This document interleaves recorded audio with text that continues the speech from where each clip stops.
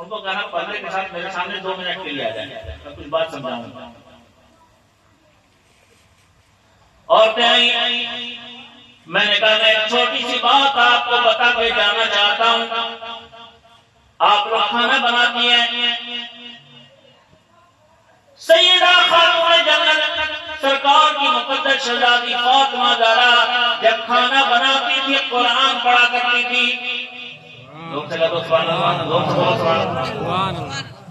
میں آپ لوگوں سے بس ایک چھوٹی سی گزارش کر رہا ہوں، آپ بھی سنیے. آپ لوگ جب کھانا بناؤ، کھانا بناتے وقت یا کھانا بنانے کے بعد 7 مرتبہ الحمدللہ رب العالمین پوری سورہ فاتحہ پڑھ دینا، 7 مرتبہ درود پاک پڑھنا، کھانے پینے کی چیزوں پہ پھونک دینا، دال چاول سبزی جو بھی بنایا ہو، جو بھی بنا اس پہ پھونک دینا. پابندی کے ساتھ یہ کام کرتی رہو، فاطمہ کی سنت بھی ادا ہوگی اور روزانہ سورہ فاتحہ کی تلاوت کا ثواب بھی آپ کو ملے گا. کروڑوں نعمت ہے. نماز میں سورتیں بدلتی رہتی ہیں، ہر رکعت میں سورت چینج ہوتی ہے، الحمد شریف نہیں بدلتی. الحمد شریف ہر رکعت میں.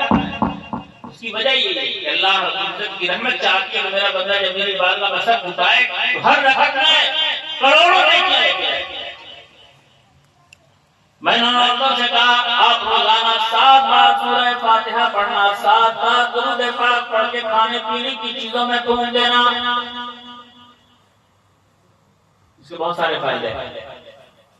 ایک تو گھر میں اگر کوئی بیمار ہے تو انشاءاللہ اس کی بیماری بہت جلدی اچھی ہو جائے گی. جو بیماری 1 ہفتے میں اچھی ہونے والی ہوگی 2 دن میں ٹھیک ہو جائے گی. جو سکا تو سنا. اور یہ جو لڑائی جھگڑے والا مسئلہ تھا نا، اس کے لیے خاص طور پہ میں نے بتایا، میں بتا کے چلایا. 1 مہینے کے بعد اسی نوجوان سے سویرا ملاقات ہو گئی. جیسے ہی ملاقات ہوئی نوجوان آگے بڑھا، مصافحہ کیا، محبت کے ساتھ میرے ہاتھوں کو چوما، کہا حضرت بڑا احسان ہے آپ کا، آپ نے ایسی چیز بتا دی 1 مہینے کے اندر میرے گھر کا ماحول اتنا بدل گیا. حضرت روز 2-4 بار جھگڑا ہوتا تھا، آج تو لگتا ہے میرا گھر جنت بن گیا ہے. سارا جھگڑا ختم. اب لوگ محبتوں کے ساتھ رہتے میرے گھر میں. لوگ سے کہو سبحان اللہ. پریکٹیکل بتا رہا ہوں، ایسے فضیلت بتا کے چلا جانا اور پریکٹیکل بتانا اور کر کے دیکھو، گھروں میں جنتی ماحول بن جائے گا. لوگ سے کہو سبحان اللہ. میری ماں بہنیں تھوڑی سی محنت کریں انشاءاللہ. اگر ہم کے بچے غلط راستے پہ جا رہے ہیں، سورہ فاتحہ کی برکت سے پروردگار ان کو صراط مستقیم عطا فرما دے گا، برے راستوں سے بچ جائیں گے. سورت میں کتنی تاثیر پتا ہے؟ ذکر آگے میں بات بتا دوں آپ. اسری پارسناتھ کے علاقے میں ایک بار میں گیا، اتفاق سے موضوع نکلا ہے سورہ فاتحہ اور درود پاک میں نے کچھ باتیں بتائی. لوگ کسی کو بھی کوئی چھوٹی سے چھوٹی بیماری ہو، بڑی سے بڑی بیماری ہو، 7 بار سورہ فاتحہ 7 بار درود شریف پڑھ کے کھانے پہ دم کر لے، چاہے پانی پہ دم کر لے، پانی پہ دم کرے، پانی پی لیا کرے، انشاءاللہ اس کی برکت دکھے گی چند دنوں کے اندر. میں نے کچھ تقریر کی، اس کے بعد میں اسٹیج سے نیچے اترا. ایک بوڑھے بزرگ دوڑتے ہوئے میرے پاس آئے، مجھ سے بھی تھوڑی زیادہ عمر کی. ہاتھ ملایا، مصافحہ کیا، کہنے لگے حضرت میں بخاروں سے آیا ہوں، آج آپ نے جو تقریر سنی، جو تقریر فرمائی، میرا سن کر دل باغ باغ ہو گیا. آپ نے فرمایا 7 بار سورہ فاتحہ 7 بار درود پاک پڑھنے سے ہر بیماری میں فائدہ ہوتا ہے. حضرت میں تو زندہ اسی کی وجہ سے ہوں. کیا بولے؟ میں آج اسی کی وجہ سے زندہ ہوں. تو میں نے کہا کہ بھائی مولانا کا نام یہ جو کتاب میں پڑھوا کے تقریر میں بتا دیتا. ہم نے کتاب میں جو پڑھا تھا بتا دیا. آپ بتا رہے کہ زندہ اسی کی وجہ سے. کیا ہوا تھا؟ معاملہ کیا ہے؟ سنیے گا دھیان سے. کہنے لگے اس وقت میری عمر تقریباً 56-57 سال کے قریب ہے. میں جب 25-26 سال کا جوان تھا اس زمانے میں بیمار پڑا. بیماری چلتی چلی گئی، کئی مہینے گزر گئے، ٹیسٹ پر ٹیسٹ، دوا پہ دوا،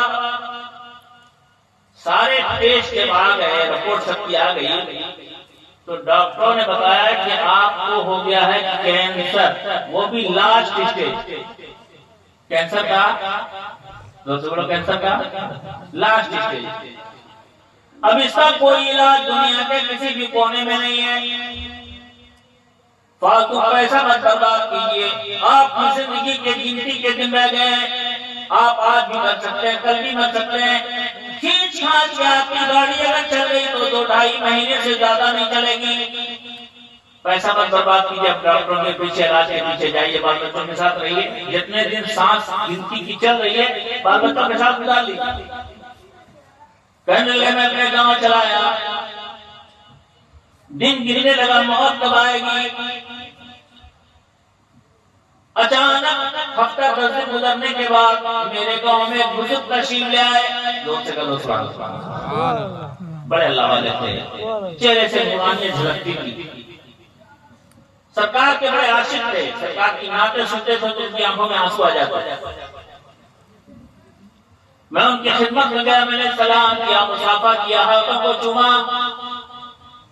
اور میں نے کہا حضور دعا فرما دے، اللہ مجھ کو ایمان کی موت دے۔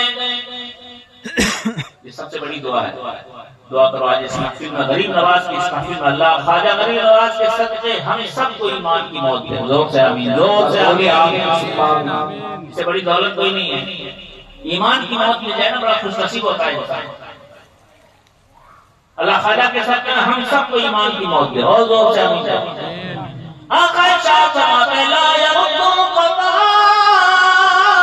الا الدعاء، تقدیر کے فیصلے نہیں بدلتے، لیکن اللہ نے میرے غلاموں کی دعاؤں میں وہ تاثیر دی ہے۔ اگر یہ سچے دل سے دعا کرتے ہیں، اللہ ان کی دعا کی برکت سے تقدیریں بھی بدل دیتا ہے۔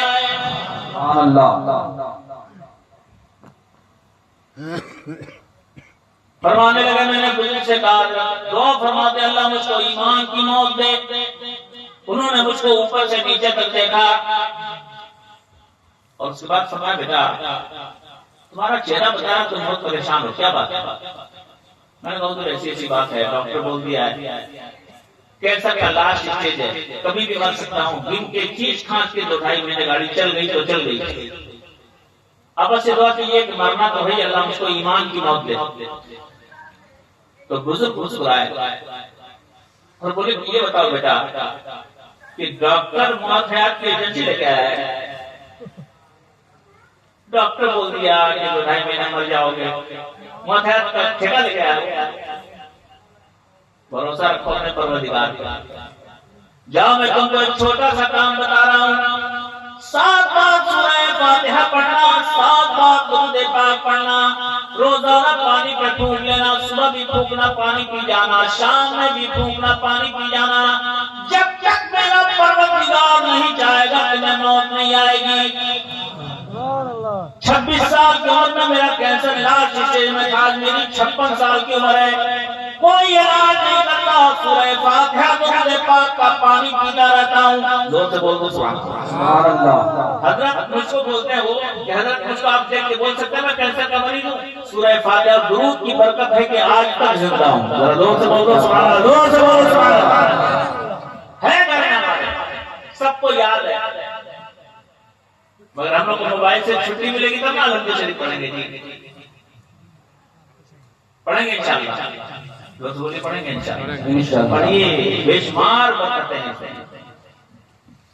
روزانہ رات میں ہمارے گھر میں ہمارے بچے، ہماری بیٹیاں، ہماری ماں نے پڑھ کے سوئیں تو خدا کی قسم گھر پہ رحمتوں کی کیسی برسات ہوگی سوچ نہیں سکتے آپ نے۔